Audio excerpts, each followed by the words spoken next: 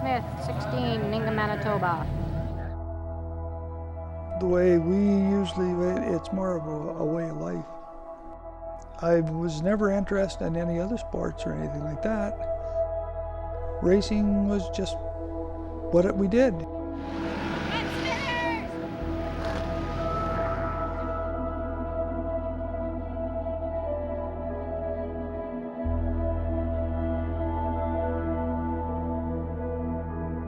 I was trying to get the car going for Pat and shaking it out and everything else. And I had came into the pits after the hot laps and something was missing. So it turned out to be a gas line. So I fixed the gas line like usual every year, just same thing. But I didn't get a chance to tighten up my wheel nuts. And I made a point of doing that every race, or before every race, I'd go around and tighten all the wheel nuts and stuff. And but that day, there was a lot of mud on the track. So Frank had came in, and he didn't have any more tear-offs on his helmet. So I threw mine, and when I was ready to race, well, of course Frank wasn't back in. And so I borrowed Ray's helmet, and he had tear-offs on his, so I went out. But without me tightening these wheel nuts up, I was going around the corner as fast as I could, and the wheel came off and flipped under the car, and then as it went under the rear end, it stood up again, and it launched me straight up into the air, and went over and over. I'm not too sure how many times, but yeah, they said somewhere up near 11 to 15 times over. So, and then a seat belt that I had welded in instead of bolting in went and broke free, and so I flipped over. My helmet, I didn't have it tight enough, and it twisted, and the sharp edge of the back of the helmet pushed one vertebrae out.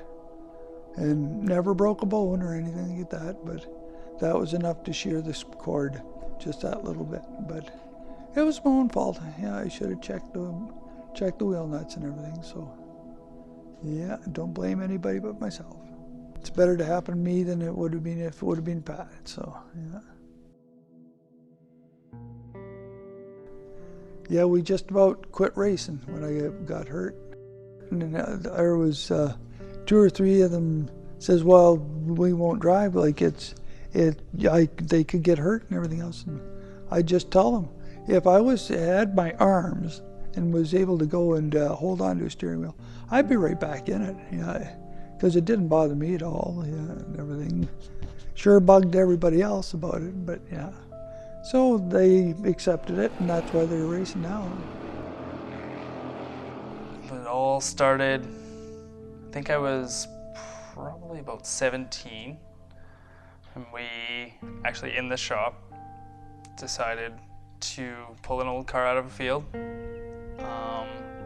Used my dad's old motor. It was a year after he raced, and we had lines like hooked up completely wrong, like duct taped in the wrong spot completely. I raced about 2 races in that, and then after that I didn't race anymore for quite a while.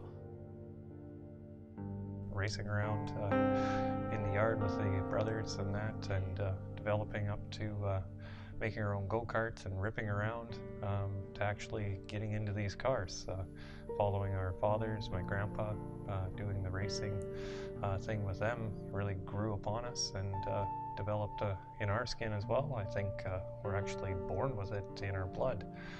It's just something that's there and was given to us, and we jump in those cars and just everything goes away, and we turn some laps. Dad got me into it, Robbie got Pat into it. Basically just next generation moved up, and it's basically like them in the 70s is us in 2000s. And that's the way I look at it. It's sweet. I like it. They're usually not out there to beat everybody else. They're out there to try to beat each other. Yeah, which is not to hurt anybody or anything, just to make sure that they come in first. Yeah, that's the way they are in life too. So yeah. Yeah, when we're in the pits, we're family. Like, we're on the track, we're family too, but like I said before, I'm gonna show you a fender. I'm gonna give you a nudge. I don't care if your last name's Smith or whoever else out there. Like, it's gonna be a battle. Like, I'm gonna push you. Doesn't matter who you are. That's what racing is, right? Like, you're going for the checkered flag, you're going for the sticker, you're going for the trophy. That's what we're out there to do. It's a thrill to go around the track as fast as you can, or as fast as possible. Yeah, and with all the other cars around you, it's very exciting. And there's nothing more than getting behind, a ton of power and being able to see a green flag drop and being told to hammer down. I try to get as many people to come out, and used to go and I'd go and quit racing that day and throw somebody else in the car and let them go and try it. And because I was always in the mind that the more the merrier, driving and everything. Personally, I actually got a buddy of mine into racing just by explaining that feeling, I mean, he got in the car and shoot, he's almost, more addicted than I am, it seems at times. But I think one that's never been around racing, to jump in a car, they would know what you're talking about and join right in on the action. It's just unreal, the amount of work that goes into these cars to be competitive each week at the racetrack. Well, if there's something wrong with my car, I'll phone Dad. Simple as that. Like, I'll phone him, like, why is it doing this? And well, it could be this, this, or this. Let's check all three. To build a car, if you want to see someone that built a car back in the day, that would be Robbie. I used to make all kinds of different cars and motors and stuff like that.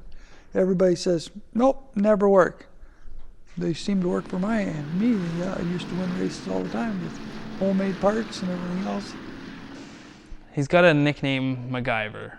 Like, back in the 80s, there was a show of this guy that could make anything out of anything. That's my dad. Like, I don't know how he put some of the stuff together he did, but it worked.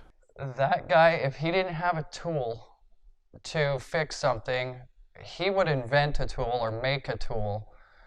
Wouldn't go out and patent it or anything. He'd just build what he needed to fix something. He'd make the tool, fix it, and then it'd be tossed it. We've picked up a lot. I would say Robbie we definitely picked up the most from, because that guy knows basically everything. He was never much of a driver, but he knew how to build the cars and how to set them up. He used to build the motors too, so yeah, learned a lot from him. Still do, even in the shape he's in. He's still teaching us things to this day, so. Like, Dad didn't win a lot.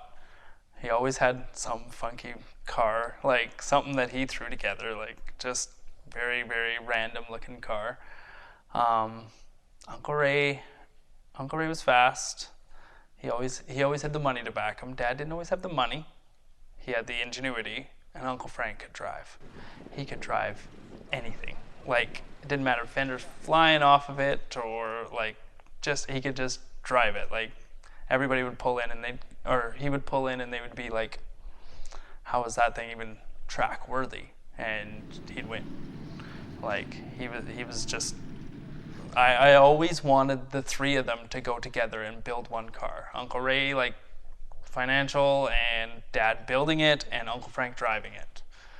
They never ever did it. They always liked to run against each other. Like, but I always thought that would be, they would have been unstoppable. At the last, they only knew me like when I was racing. At the last, I didn't care about trophies or anything like that or winning the race. I was just out there to play around.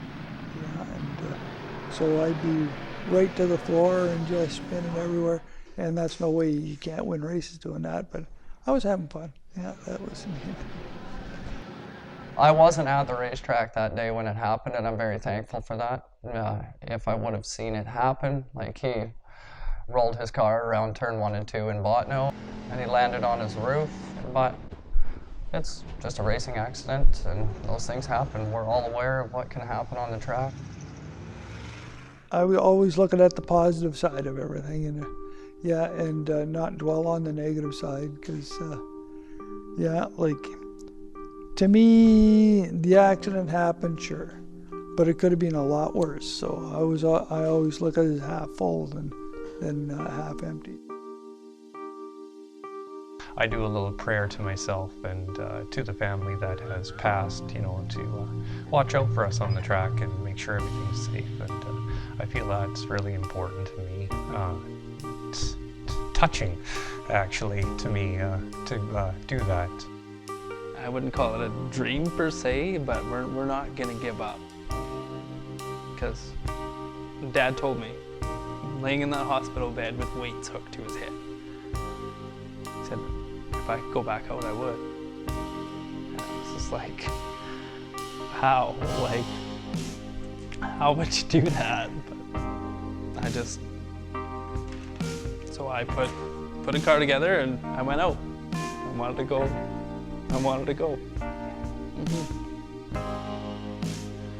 As a group, I feel we come together and our power together as a group overcomes those fears, you can say. So the more of us together, the more fearless we are. Lining up in that race and having them around you kind of lets that go away, and the accidents that have happened in the past and such on the tracks, you kind of just, that goes to the back of your mind when you're out there. It's a strength as a group to make you do what you do, and let the things that have happened kind of fade away.